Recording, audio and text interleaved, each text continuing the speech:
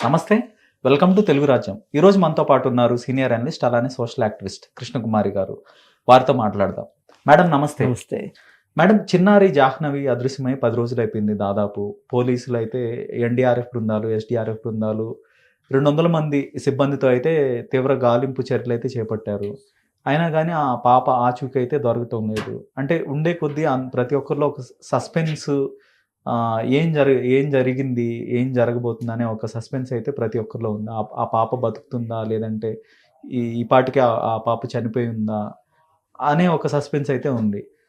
పోలీసులు చెప్తుంది ఏంటంటే కొంత క్రూర మృగాలకు కూడా ఆ పాప బలై ఉండొచ్చు అని చెప్తున్నారు. అటవీ శాఖ సిబ్బంది అలాంటిది ఏది జరిగి ఉండకపోవచ్చు అని ఒక కాంట్రాడిక్టరీ స్టేట్మెంట్ అయితే ఇచ్చారు. ఏంటంటారు? ఇప్పుడు 10 రోజులు అయిపోయింది. 3 ఏళ్ల పాప బతికే అవకాశం ఉందా లేదా?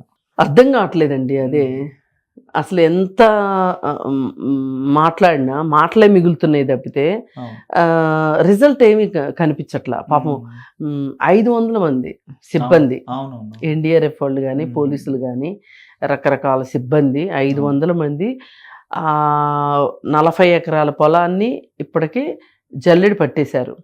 పైగా మనుషులు తిరగడమే కాకుండా డ్రోన్ల సహాయంతో కూడా జల్లెడి పట్టారు. ఎక్కడా కనిపించలేదు. ఒకటి ఆధారం ఏంటి అంటే వాళ్ళ ఇంటి దగ్గర ఉన్న సీసీటీవీ ఒక మూల మలుపు వెళ్ళే వరకునే కనిపించింది ఆ పాప. ఆ తర్వాత పాప కనిపించలేదు. వాళ్ళ నాన్న తీసుకురావటం, ఇంట్లో దించటం, మళ్ళీ వాళ్ళ నాన్న వెళ్ళిపోయిన తర్వాత వెనకమాలే పాప వెళ్ళిపోవటం, ఆ పాప వెనకమాలే కుక్క వెళ్ళటం, అంతవరకే కనిపించింది. ఆ తర్వాత పాప కనిపించలేదు. 4 రోజులు పోయిన తర్వాత కుక్క వచ్చింది వెనక్కి. సరే ఈ కుక్క ద్వారా అన్నా ఏమన్నా చేద్దాము అని అనుకుంటే ఆ కుక్క చచ్చిపోయింది. కుక్క ద్వారా చేయగలిగింది కూడా ప్రయత్నం చేశారు. సరే ఏది ఏమైనా ఇవాళ 11వ రోజు. ఈలోపు పోలీసులు, ఎన్డీఆర్ఎఫ్ వాళ్ళు వీళ్ళందరితో పాటు పని పాట లేని జ్యోతిష్యులు కూడా వచ్చేసారు. వచ్చి అక్కడుంది, ఇక్కడుంది, ఈ దిక్కెళ్ళింది, ఆ దిక్కెళ్ళింది, ఇంకేముంది వచ్చేస్తుంది అని, ఇంటికి వాస్తు సరిలేదు కాబట్టి వెళ్ళిపోయిందని ఇలా రకరకాల ఎవరికి తోచింది వాళ్ళు రోడ్డు పక్కన చిలక జోసిని చెప్పే వాళ్ళు చెప్పినట్టు చెప్తున్నారు. వీళ్ళందరూ ఆశ ఏంటి అంటే ఇంతమంది పోలీసులు వచ్చారు కదా, పాపను పట్టుకోలేకపోతారా, పట్టుకుంటే మన ఖాతాలో వేసుకుందాము అని వీళ్ళ ప్లాను. సరే ఏదైతేనేమి ఇంతవరకు పాప దొరకలేదు. ఒకటి ఆచూకీ ఏంటి అంటే ఆ ఫెన్సింగ్ దగ్గర ఆ పాప జుట్టును ఈ కుక్క జుట్టు కనిపించింది అనేది ఒక్క క్లూ తప్పితే ఇన్ని రోజుల్లో ఎవ్వరూ సాధించింది ఏమీ లేదు. అక్కడి నుంచినే పాపని అటువైపుకి మనుషులైనా లాగాలి, జంతువైనా లాగాలి. ఇప్పుడు ఆ పాపే బాగా పెద్ద భారీ విగ్రహం కాదు ఆ ఫెన్సింగ్ లోంచి దూరకుండా ఉండటానికి. మరి ఒకవేళ ఈ పాపే అటువైపుకి ఇంట్లో వాళ్ళ అమ్మ కనిపించలేదు అనే ఒక ఆదుర్దాలో అటు వెళ్తే కనిపిస్తుందేమోనని చెప్పి పాప అయినా అటువైపుకి వెళ్ళుండొచ్చు. ఏదన్నా ఉండొచ్చు, అవ్వచ్చు, జరగచ్చు అనుకోవడమే కానీ ఇదమిద్దంగా ఇదే జరిగింది అనడానికి ఏదే ఆస్కారం లేకుండా అయిపోయింది. ఇప్పటిదాకా ఏమనుకున్నారు, ఎవరో కిడ్నాప్ చేశారు, పాప తప్పిపోయింది అనుకున్నారు. ఏమీ అర్థం కాని పరిస్థితి. నిన్నటిదాకా ఏమనుకున్నారు, ఎవరన్నా కిడ్నాప్ చేశారేమో అనే ఆలోచనలోనే ఉన్నారు. ఇప్పుడు ఒకవేళ ఏమైనా క్రూర మృగాలు బారిన పడిందా అని పోలీసులు అంటున్నారు. ఎందుకంటే పాపం వాళ్ళు ఎతికారు, వాళ్ళకేమీ క్లూ లేదు, అయిపోయింది. అడవి శాఖ వాళ్ళు ఏమంటారంటే ఈ ఏరియాలో అలాంటివి లేవు అని చెప్తారు. కానీ అలా మనం చెప్పలేము, ఉండొచ్చు. ఇప్పుడు జనావాసాల మధ్యలోనే పాములు, కొండ చిలువలు ఉంటున్న పరిస్థితిలో ఇప్పుడు కేబీఆర్ పార్క్లోనే చాలా ఉంటాయి. లోపలికి వెళ్తే ఒక ప్లేస్ దాటి మీరు అటు వెళ్ళొద్దు అని చెప్పి మార్కింగ్ పెడతారు కదా, అవి కూడా అవి దాటి ఇటు రావు. ఎందుకంటే మనకంటే క్రూరమైనవి అని మనుషుల గురించి వాటికి అవగాహన ఉంటుంది. మనమేమనుకుంటాం, అవి క్రూరమైనవి అనుకుంటాం. సరే ఎవరి డిస్టెన్స్ వాళ్ళు పాటిస్తాం. మరి అడవిలో ఉండవని ఎలా అనుకుంటాం?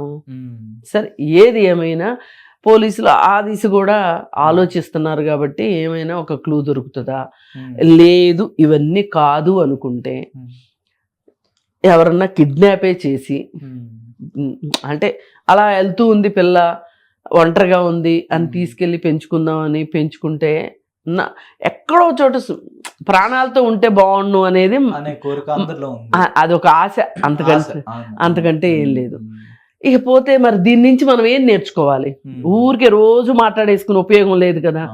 ఏం నేర్చుకోవాలి అంటే పిల్లలు, చిన్న పిల్లలు, కనీసం పేరు చెప్పటం కూడా రాని పిల్లలు, ఇప్పుడు ఎక్కడన్నా నేను ఇలా పలానా తప్పిపోయాను, నా పేరు ఇది, మా వాళ్ళ పేరు ఇది అని చెప్పే వయసు వచ్చే వరకైనా సరే తల్లిదండ్రుల సంరక్షణ చాలా అవసరం, రక్షణ చాలా అవసరం. ఇక్కడ మట్టుకు ఆ తల్లిదండ్రుల దగ్గర నుంచి అది కొరవడిందనే చెప్పొచ్చు. వాళ్ళు కావాలని చేశారు నాన్న, చేసింది కాదు, కానీ అక్కడే జరిగింది.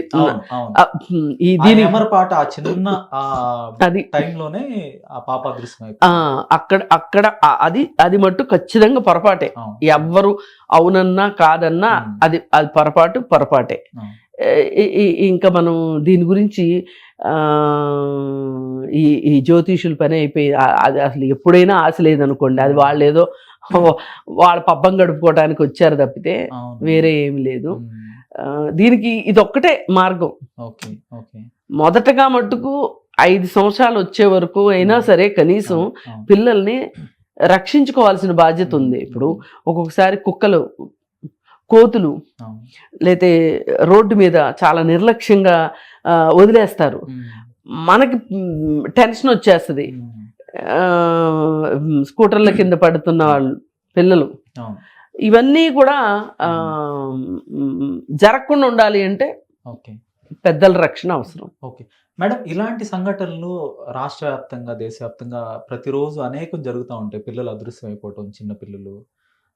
కానీ ఈ యొక్క సంఘటనకు మాత్రం ఇంత అటెన్షన్, మీడియా అటెన్షన్ కానీ, పోలీసులు, ప్రభుత్వం తరపు నుంచి వాళ్ళ నుంచి చర్యలు తీసుకోవటం కానీ, గాలింపు చర్యలు కానీ, ఇవన్నీ ఎందుకంటారు ఇంత అటెన్షన్ వచ్చింది ఈ కేసుకి? అంటే ఏదో ఒకటి తేలిపోతుంది ఎప్పుడైనా. ఇప్పుడు సీసీటీవీలు ఉన్న ప్రదేశం అనుకోండి, సీసీటీవీలో రికార్డ్ అవుతుంది, ఎవరో ఎత్తుకెళ్ళారు, ఒక ఎండ్ కార్డు పడిపోద్ది దేనికైనా. ఇక్కడ ఏం జరిగింది? అందుకే నేను వీళ్ళున్న ఫామ్ హౌస్కి వీళ్ళకి ఇచ్చిన రూమ్ ఏదైతే ఉందో ఆ గోడలు ఉన్నాయి కానీ గేట్ లేదు. అందుకే అదే గేట్ ఉందనుకోండి, వాళ్ళ నాన్న గేట్ లోపల వదిలిపెట్టి గేట్ వేసి వెళ్ళిపోయేవాడు. ఆ పాప గేట్ తీసుకోవడం వచ్చేది కాదు, ఏమి జరిగేది కాదు. ఆ రక్షణ లేనిది అక్కడ కొట్టొచ్చినట్టుగా అనిపిస్తుంది. పైగా ఏమీ తేలలేదు. ఇప్పుడు ఒక కాలనీలు తప్పిపోతే సీసీటీవీలో పట్టుకోవటం ఈజీ. ఇప్పుడు 50 మంది పోలీసులు చేసే పని ఒక్క సీసీటీవీ చేస్తుంది. మరి అక్కడ ఆ అవకాశం లేదు. 40 ఎకరాల పొలం, ఎటు చూసిన చెట్లు, చామలు, రకరకాల చెట్లు. అక్కడ బోరుబావులు చూశారు, ఏమన్నా ఓపెన్గా ఉన్నాయా అని. నీళ్లు, చిన్న చిన్న కుంటలు ఉంటాయి కదా, వాటిల్లో చూశారు. ఎక్కడ అసలు ఒక చిన్న ఆనవాలు కూడా లేదు. ఆ వెంట్రుకలు, ఆ ఫెన్సింగ్ దొరకడం తప్పితే ఎక్కడ ఏమీ లేదు. అందుకే దీనికి ఏమైందంటే అసలు ఏం జరిగింది తెరపడట్లేదు ఉత్కంఠతకి. అందుకే ఇంత. పైగా పోలీసులు కూడా చాలా ప్రయత్నం చేస్తున్నారు అనేసరికి, అరే పోలీసులు అంత వెతుకుతున్నారు అయినా దొరకట్లేదేంటి అనే ఒక ఉత్సుకత కూడా జనాల్లో ఉంది. అందుకని చూస్తున్నారు. ధన్యవాదాలు మేడం. హలో, తెలుగు రాజ్యం ఛానల్ చూస్తున్నారా? సామాజిక, రాజకీయ, జీవన చిత్రణే తెలుగు రాజ్యం. అతిశయోక్తులు, అసత్యాలు ఉండవు. రాజకీయ కోణం కాదు, ప్రజా కోణమే కొలబద్ద. తెలుగు రాజ్యం వీక్షణ మీ ఉత్తమ అభిరుచికి నిదర్శనం.